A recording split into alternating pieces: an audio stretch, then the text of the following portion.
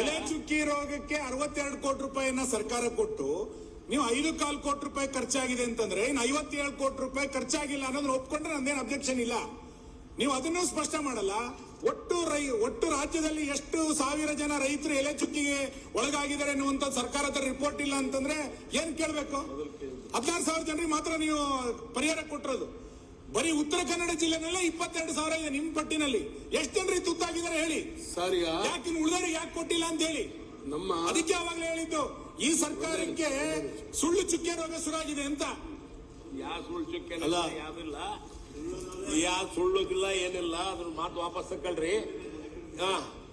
ಈಗ ಮಾನ್ಯ ಮಲ್ಲಿಕಾರ್ಜುನ್ ಅವರೇ ಒಂದ್ ನಿಮಿಷ ಸರ್. ಈಗ ನಿಮ್ ದಕ್ಷಿಣ ಕನ್ನಡ, ಚಿಕ್ಕಮಗಳೂರು, ಶಿವಮೊಗ್ಗ, ಉತ್ತರ ಕನ್ನಡ ವ್ಯಾಪಕವಾಗಿ ಹಬ್ಬಿದೆ. 100 ಕೋಟಿ ಈ GST ಮೂಲಕ ನಿಮ್ ಸರ್ಕಾರಕ್ಕೆ ಆದಾಯ ಬರುವಂತ ಒಂದು ತೋಟಗಾರಿಕೆ ಬೆಳೆ ಇದು ಅಡಿಕೆ. ನಾವೇ ಹೇಳಿ ಮಾನ್ಯ ಸಿದ್ದರಾಮಯ್ಯನವ್ರ ಹತ್ರ ಕಳೆದ ಸಾರಿ ಬಜೆಟ್ ನಲ್ಲಿ 62 ಕೋಟಿ ರೂಪಾಯಿಗಳನ್ನು ಇಡಿಸಿ ನಮ್ಗೆ ಹೇಳಿ ಹೋಗಿದ್ದಾರೆ ಇಟ್ಟಿದ್ದೀನಪ್ಪ ಅಂತ.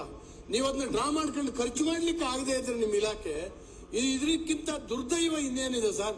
ಎಲ್ಲ ಹಾಳಾಗಿ ಹೋಗ್ತಾ ಇದ್ದಾರೆ. ಇಡೀ ತೋಟಗಳು ಒಣಗಿ ನಿಂತಿದ್ದಾವೆ, ಅಡಿಕೆ ತೋಟಗಳು. ಅದಕ್ಕೆ ಶಿವಮೊಗ್ಗ ಯೂನಿವರ್ಸಿಟಿಯಿಂದ ಸೈಂಟಿಸ್ಟ್ಗಳನ್ನ ಕಳಿಸಿದೀವಿ. ಏನ್ 2 ವರ್ಷ ಆಗಿದೆ ಸರ್.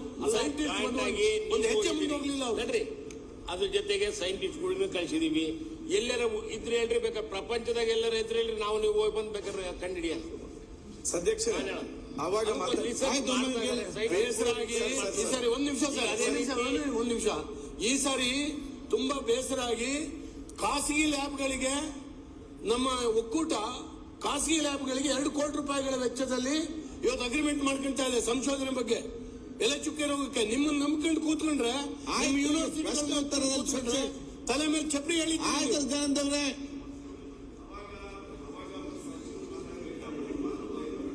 ನಾವು ಎಲೆ ಚುಕ್ಕಿ ರೋಗಕ್ಕೆ ರೈತರಿಗೆ ಇನ್ಶೂರೆನ್ಸ್ ಕೊಡ್ತಾ ಇದ್ದೇವೆ ಅನ್ನುವಂಥದ್ದನ್ನ ಹೇಳಿದ್ರು. ಒಂದು ಬೆಳಕು ಚೆಲ್ಲಬೇಕು, ಯಾವ ಇನ್ಶೂರೆನ್ಸ್ ಎನ್ನುವಂಥದ್ದು. ಒಂದು ಲಾಸ್ಟ್ ಬೆಳಗಾಂ ಅಧಿವೇಶನ ಇದ್ದಾಗ ನೀವೊಂದು ಮಾತು ಪೀಠದಿಂದ ಹೇಳಿದ್ರಿ, ನಮಗೆ ಫಸಲ್ ಬಿಮಾ ಯೋಜನೆಯಲ್ಲಿ ಸಮರ್ಪಕವಾಗಿರ್ತಕ್ಕಂಥ ಕಂತುಗಳು ಬರದೇ ಇರುವ ಕಾರಣಕ್ಕೋಸ್ಕರ ಅವತ್ತು ಹೇಳಿದ್ರಿ ನೀವು 1 ತಿಂಗಳ ಒಳಗಡೆ ಸಚಿವರನ್ನು ಇಟ್ಟುಕೊಂಡು ನಮ್ಮ ಜಿಲ್ಲೆ ಎಲ್ಲ MLA ಗಳನ್ನು ಕರೆದು ಒಂದು ಸಭೆ ಮಾಡ್ತೀವಿ ಅಂತ. ನಮ್ಮ ಈ ಜಿಲ್ಲೆಗಳಲ್ಲಿ ಇವತ್ತಿಗೂ ಕೆಲವು ಪಂಚಾಯತ್ಗಳಲ್ಲಿ ಫಸಲ್ ಬಿಮಾನು ಬಂದಿಲ್ಲ.